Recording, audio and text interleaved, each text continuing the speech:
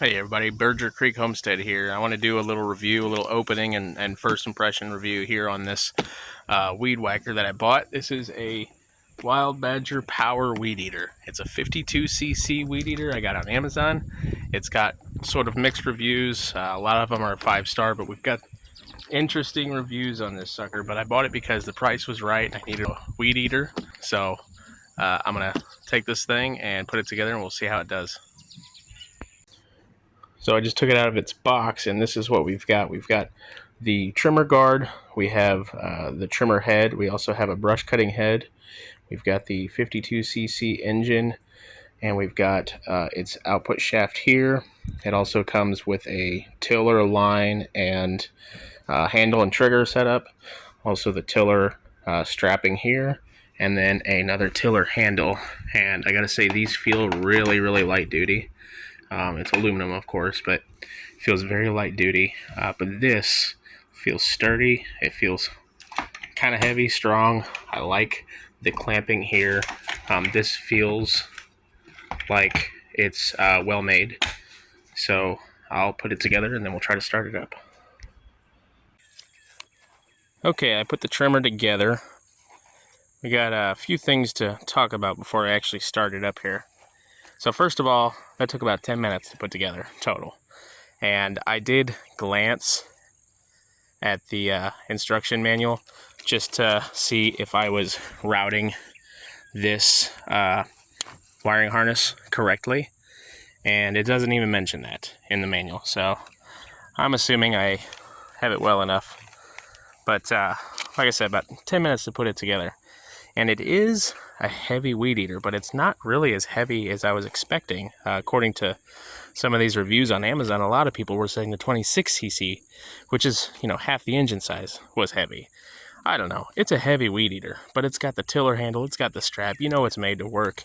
52cc's is not going to be light, and it's not as heavy as I thought it was going to be. It's also got, in my opinion, a well-made shaft and guard. I think those seem sturdy. Now this is just plastic, but I think it's pretty well made. Also well made seemed to be the trimmer head. I took this apart, looks well made. So does the brush cutter that comes with it. Very heavy gauge steel, probably like 1/8 inch steel. It's pretty heavy. I've never had something that heavy on the trimmer, and I'm not going to start it with that because I want to see how it does using regular line. And look at the thickness of this line too. That's some thick duty line. I'm not good enough to tell you what gauge this is, but that's thicker than the stuff I use, that's for sure. Now the tiller handles, they seem really light duty to me. That's just handle to handle. It was easy to install. It seems sturdy, and when I put my hands on it and stand up with it, it fits well in my hands, so it'll be comfortable. But I don't know. I've seen reviews where it said that this is the weak point on the thing, and I can totally see it because that's some thin-walled aluminum. But the choke, the bulb, switches here. We've got our bulb is down beneath here, and then our choke is over here. All seem very sturdy, very tight. Nothing's loose about it. Very well made. But look at this stupid thing. So this is our air filter cover. This is our housing. That is our air filter. That's got to be the dumbest air filter I've ever seen on any engine in my life. Ever. I've seen a bunch of engines. That is stupid. Very light duty. They did a bad job at designing that. The other parts of the engine look pretty decent. The only thing I had a question about was, why do we have a cover over our spark plug? Weirdest thing. It's like sticking out of the head here. And so I already took this apart once to investigate, but I'll show you. The only reason it's here that I can see, come on, is that this just protrudes out, and they're just trying to keep stuff from knocking up against it. But it is so weird. I don't think I've ever had a weed eater or any engine that had a special cover just designed for the spark plug. Kind of weird. And also apparently awkward to put together with your non-dominant hand. Like I said, I don't like the strap that much, but I think it'll work for now. Also, something of note, I already put this back on, but maybe you can see down in there, the throat right here to the carburetor, between the carburetor and the engine block, this piece is plastic. Kind of wish that was aluminum, but is what it is, I suppose. Another thing of note, seems to be a pretty good capacity gas tank. Wraps all the way around, all the way, and comes back up over on the other side. So that's nice. Also a lot of room here. Maybe even could have made a bigger capacity gas tank, but the one it has is pretty decent. So, with all those little notes out of the way, here in a little bit I will put some gas in the tank, and we'll see how it idles, see how long it takes to start, and then see how well it does in some heavy brush that we've got. Maybe you all can tell that I've needed a weed eater for a while. Okay, we're back at it. It's the next day. I actually didn't have any mixed fuel or two-stroke oil, so I had to wait. And of course, it's rained in between then and now. But we've got 87 octane fuel mixed at a 40-to-1 ratio sitting in the gas tank. Haven't touched the bulb, the pull start, or anything. So we're going to see how well this primes up and how long it takes to start. So first, it says it recommends, as you can see here, 7 bulb pushes, and I can already see fuel moving its way through. I think that was 7. Counting and talking is not my strong suit, apparently. So you put this in the start position. See if I can start with one hand, as big as this engine is. Here we go.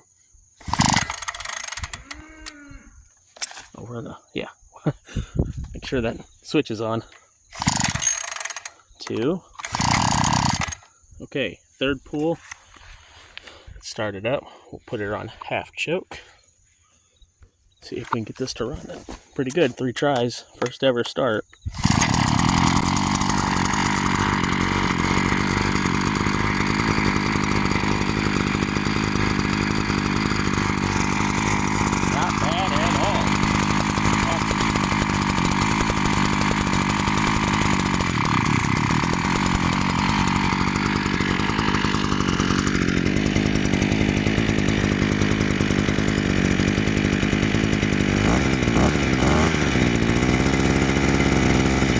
Easing into it. I want to be nice and slow at this with the engine never having ran before. Man, that's a good running engine.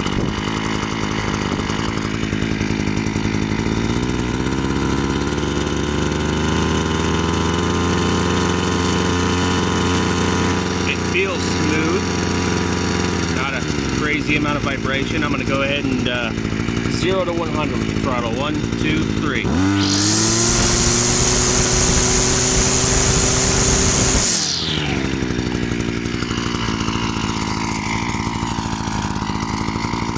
Guys, that's powerful. We're going to do some weed eating with it and see what happens.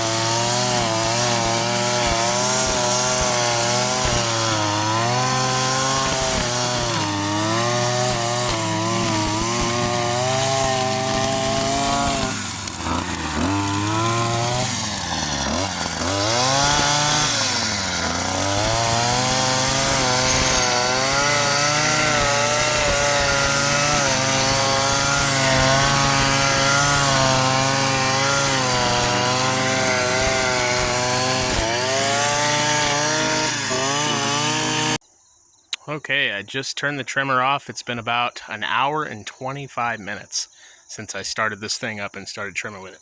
Now, I did take it off, or I did turn it off 3 times to adjust or reset the trimmer line. That's something I just, on this model, I had to get used to it. One of the first things I did was hit wire underneath my sawmill trailer. So as you can see behind me, there's still weeds and stuff there, but I decided to focus more on some of the other weeds that we had. But man, it was chewing through these big guys like nothing, and that's just with the Weedeater string. So with the brush cutter, I'm really confident it would get even small trees out of the way like it's nothing. But let me show you a couple things I learned about this trimmer while trimming for the last hour. Okay, so first impressions after running for an hour. The good, that thing will never run out of power. I'm pretty confident I could put a prop on that and run a speedboat with it. I mean, that thing never bogged down one time. It's the only trimmer I've ever owned or used, and I've used quite a few, that I can put this sucker in the middle of heavy weeds at idle and then hit that trigger and it winds up like it doesn't know it's there. So that is really impressive. It is heavy, but this harness that I've got really helped mitigate that weight, and I was actually able to basically use 2 to 3 fingers on both sides just to help me steer. One bad thing, this is supposed to lock the trigger in so that it locks it full throttle. It doesn't lock it at full throttle. I don't know if there's an adjustment that I need to make, but this locks it almost at an idle. So whenever I lock it in, it doesn't even turn the head. So I did have to manually push the trigger the whole time. Not the end of the world, not a huge deal, because some of the stuff I was doing, I really wanted to feather in and out of the throttle when I was mowing the aisles between these rows. These are blackberries, really overgrown with weeds. But anyway, the grass in the middles weren't near as tall or thick because I've been able to mow that. So I've been able to thread in and out and just feather the throttle as I do that. So that was kind of handy. But if I was going to be in really consistent brush, I would really want to adjust this, and I think that's something I'm going to try to do if I'm able. Other things, this head, when you take it apart, it did take some getting used to, and it's a little bit on the cheap side, the actual innards. But I mean, it's a heavy-duty plastic. I think it'll last a while. It just took some getting used to. And another good thing, like I said, I literally ran this for an hour and 25 minutes. See if I can see how much gas is left. Oh, it's almost completely empty. Just a little left. So it's got an hour and a half run time on a full tank of gas. If you're full throttle the whole time, probably more like an hour and 15 minutes. But I was heavy on the throttle for a lot of that time, so pretty impressive.